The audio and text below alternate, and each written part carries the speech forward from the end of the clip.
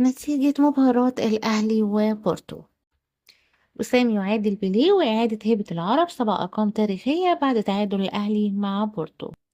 السلام عليكم ورحمة الله، ازيكم عاملين ايه؟ يا رب تكونوا بخير. النهاردة جيت لكم بخبر حصري وترندي من موقع يلا كورة، اتمنى ان هو ينول اعجاب حضراتكم. قبل ما نبدأ في تفاصيل الخبر فليس امرا الدخول للقناة والاشتراك فيها ولايك على الفيديو وشير كتير للفيديو عشان نوصل لكل الناس، ونبدأ بتفاصيل الخبر اليوم.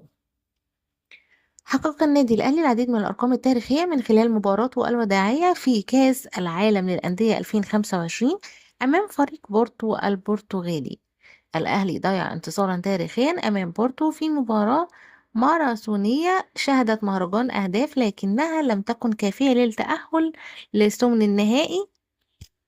وهناك يوجد رباعية الأهلي في مباراة بورتو جعلته يكسر العديد من الأرقام التي لم ينجح فيها خلال أول مباراتين ضد فريقي إنتر ميامي وبالميراس، كما أن الفلسطيني وسام أبو علي كان له نصيبا من هذه الأرقام التاريخية بعدما وقع على الهاتريك في شباك فريق بورتو وحصل على جائزة لاعب المباراة.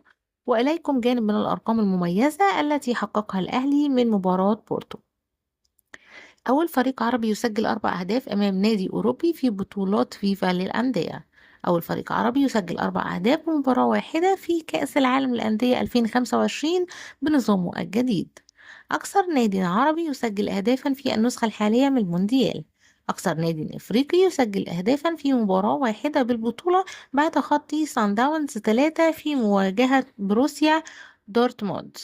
وسام أبو علي ثاني لاعب يسجل هاتريك أمام فريق أوروبي في بطولات فيفا بعد الأسطورة البرازيلية بيليه أمام بنفيكا 1962.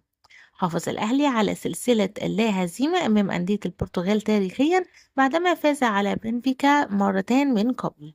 للمرة الأولى سجل الأهلي 4 أهداف في مباراة واحدة بكأس العالم للأندية. وبكده يكون خلص الخبر ده، ولكن ما خلصتش أخبارنا على مدار اليوم وكل يوم.